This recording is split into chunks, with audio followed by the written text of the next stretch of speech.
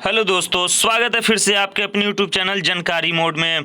दोस्तों, इस वीडियो में हम कराएंगे आपको 10th के सबसे इम्पोर्टेंट क्वेश्चन जो आपको 2021 में आ रहे हैं। ठीक है ना, 2021 में आ रहे हैं, तो इसको वीडियो को पूरा देख लीजिएगा और अपने दोस्तों के साथ शेयर भी कीजिएगा। देखिए, आपके सामने आपका पहला सवाल प्रेमचंद द्वारा रचित कहानी है। तो प्रेमचंद्र ने क्या लिखा है? तो आपका ऑप्शन ए का सही हो जाएगा डी। ठीक है, मुंशी प्रेमचंद ईदगाह। ठीक है ना। 2 नंबर कह रहा है कि बिहारी लाल हैं। बिहारी लाल क्या हैं? तो श्रृंगारिक कवि हैं। ऑप्शन सी सही हो जाएगा। जल्दी जल्दी करते चलते हैं, नहीं तो वीडियो लंबा हो जाएगा। 70 ऑब्जेक्टिव भी करना है।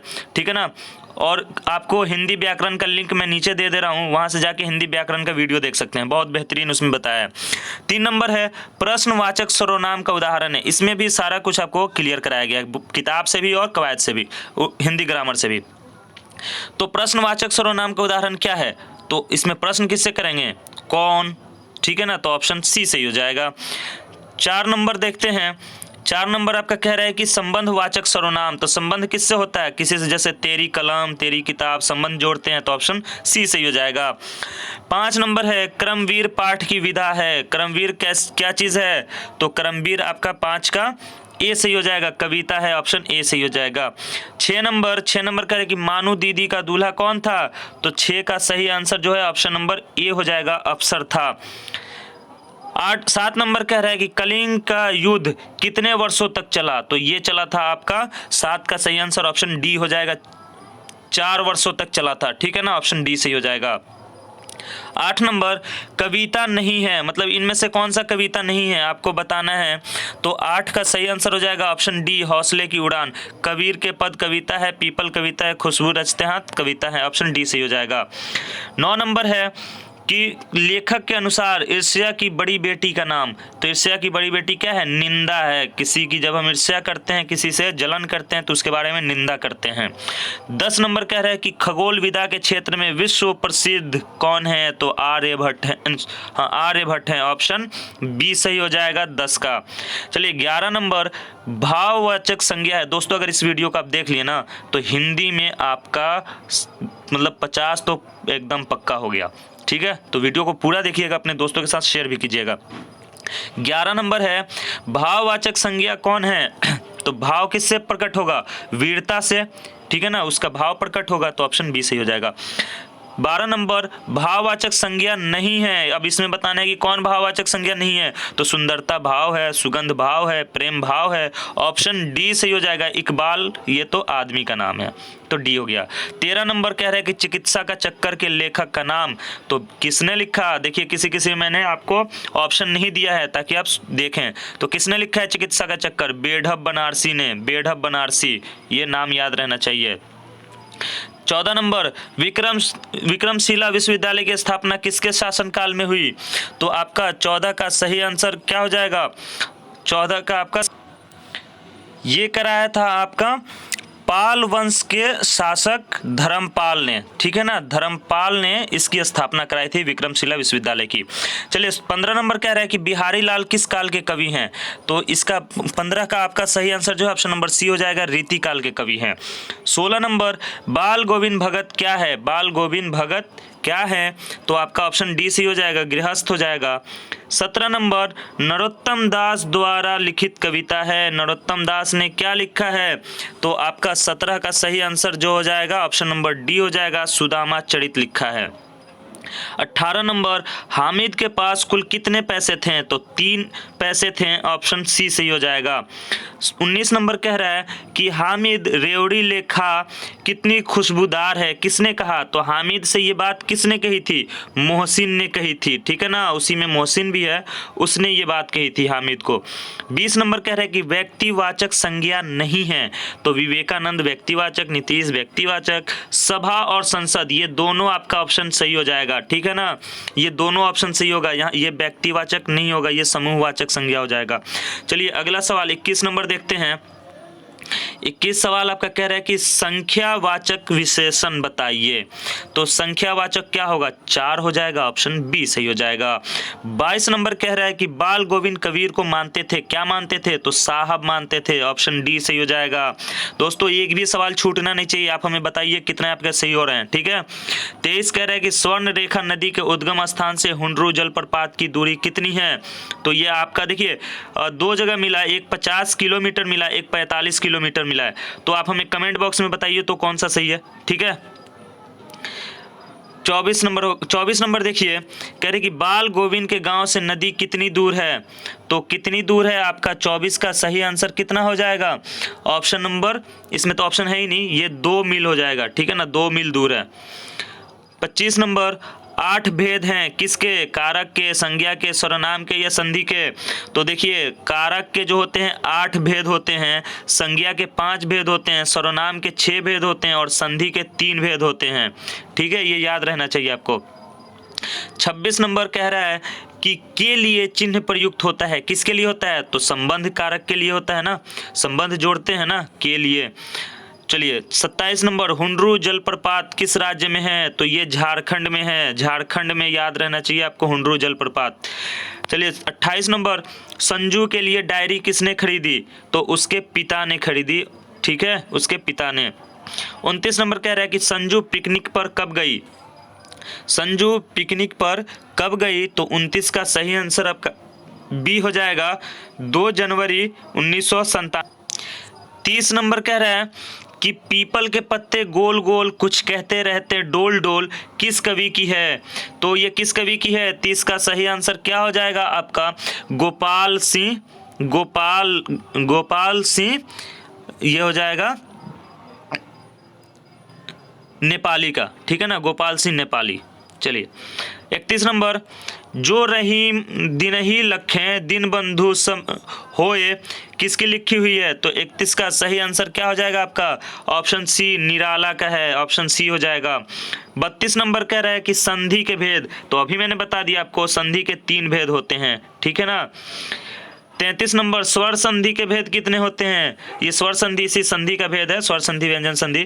तो 33 का आपका सही आंसर हो जाएगा ऑप्शन नंबर, स्वर संधि के भेद होते हैं 5, ठीक है ना, इसमें ऑप्शन ही नहीं है आपका, 5 भेद होते हैं स्वर संधि का। तो 33 का सही हो जाएगा, 5 भेद होते हैं, ठीक है।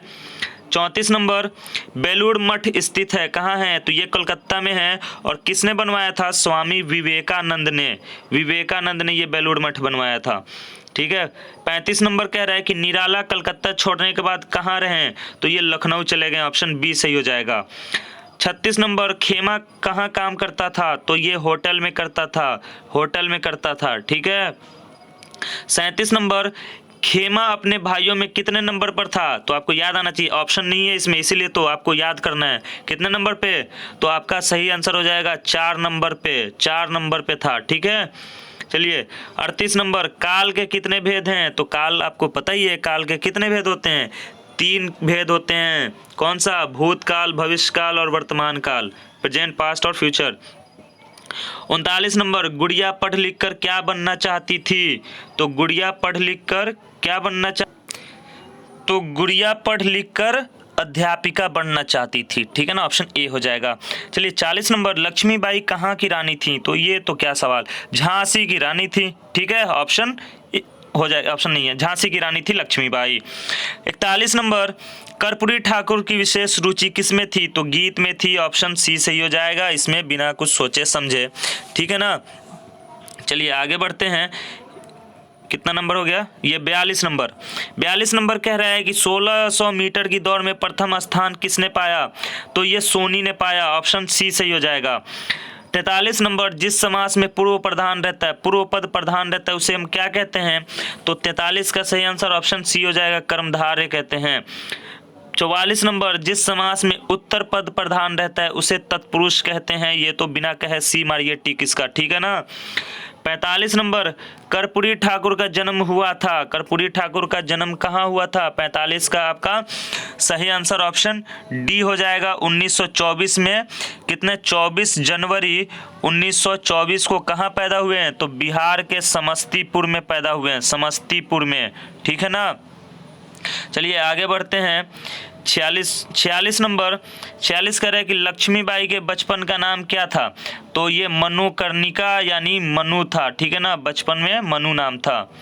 47 नंबर, सही वाक्य कौन सा है? सब्जी ताजी है, सब्जी ताजा है, या सब्जी मेरा है, कोई नहीं। तो सही वाक्य जो होगा सब्जी ताजी है, ऑप्शन ए सही हो जाएगा। 48 कह रहे हैं कि कर्पूरी ठाकुर ने मैट्रिक का परीक्षा कब पास किया? तो 48 का आपका सही आंसर ऑप्शन सी हो जाएगा, 1940 में पास किया था।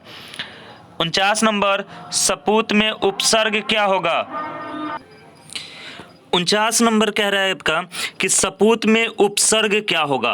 तो उपसर्ग क्या होता है? जो किसी भी लफ्ज में, किसी शब्द में आखिर में जुड़े, यानी जो पहले जुड़े, जो पहले जुड़े यानी प्रीफिक्स जो होता है उसे हम कहते हैं उपसर्ग, और जो आखिर में जुड़ता है उसे कहते हैं प्रत्यय। तो यहाँ पे उपसर्ग पूछ रहा है, तो सपूत में क्या होगा? सपूत, स प्लस पुत, तो ये होगा आपका ऑप्शन नंबर सी, ठीक है, बहुत सिंपल है। तो ये उपसर्ग प्रत्यय करके जाइएगा, यहाँ से आराम से 4-5 सवाल बना के आएंगे। 50 नंबर कह रहे हैं कि सिंहासन इलुठे राजवंशन भ्रिकुटी तानी थी, किस कविता की पंक्ति है? तो 50 का सही आंसर क्या हो जाएगा आपका? झांसी की रानी। सिंहासन हिल उठे राजवंशों ने भ्रिकुटी तानी थी, बुंदेलो हर बोलो के मुंह हमने सुनी कहानी थी, झांसी की रानी का कविता का है। 51 नंबर, सिरचन किस कहानी का नायक है? तो सिरचन किस में है? आपका 51 का सी हो जाएगा, ठेस में, ठीक है। 52 कह रहा है कि गदगद होना का मतलब क्या होता है? तो गदगद होना का मतलब खुश होना, ऑप्शन ए सही हो जाता है। 52 होगा, बच्चे की दुआ कविता किसकी है? तो ये अल्लामा इकबाल की है, ठीक है ना, इकबाल की नज्म है क्या? बच्चे की दुआ। 53 नंबर, उन्नत का अर्थ क्या होता है? तो उन्नत मतलब विकसित, ठीक है ना, विकसित मतलब उन्नत होता है। 54 नंबर, भागलपुर का प्राचीन नाम, बहुत आसान सवाल, भागलपुर का प्राचीन नाम होता है अंग महाजनपद, इसके साथ महाजनपद लगा दीजिए, अंग महाजनपद जो है ऑप्शन ए सही हो जाएगा। ये भागलपुर का सही प्राचीन नाम है, बहुत पुराना नाम है। देखिए 55 नंबर कह रहा है, 55 कह रहा है कि मनोरथ का संधि विच्छेद करिए। तो मनोरथ का जो सही संधि विच्छेद होगा आपका ऑप्शन डी होगा, मन प्लस रथ, मनोरथ होगा, ठीक है, ऑप्शन डी सही होगा। 56 नंबर कह रहे हैं कि खुशबू का विलोम अर्थ क्या है? विलोम शब्द क्या होगा खुशबू का? तो ये बदबू हो जाएगा, ऑप्शन सी सही हो जाएगा, विलोम मतलब उल्टा। 57 कह रहा है, 57 कह रहे हैं कि पावस का पर्यायवाची शब्द, तो पर्यायवाची शब्द क्या हो जाएगा 57 का?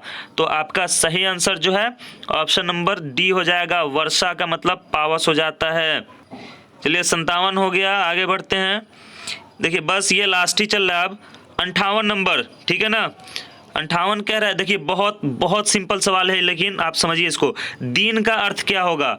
तो ये इधर से दीन लिखा गया है ना, इधर से दीन का मतलब होता है दिन, डेज, और इधर से दीन का मतलब होता है गरीब, ठीक है ना, ऑप्शन ए सही हो जाएगा। तो ये गलती करके नहीं आना है, ये आपका 100% सही मार के आना है।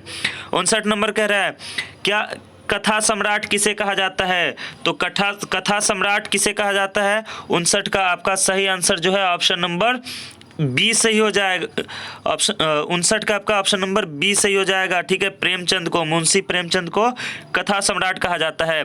60 नंबर कह रहे हैं कि नीलगाय में कौन सा समास है? तो नीलगाय में आपका जो समास है ऑप्शन नंबर बी तत्पुरुष समास है।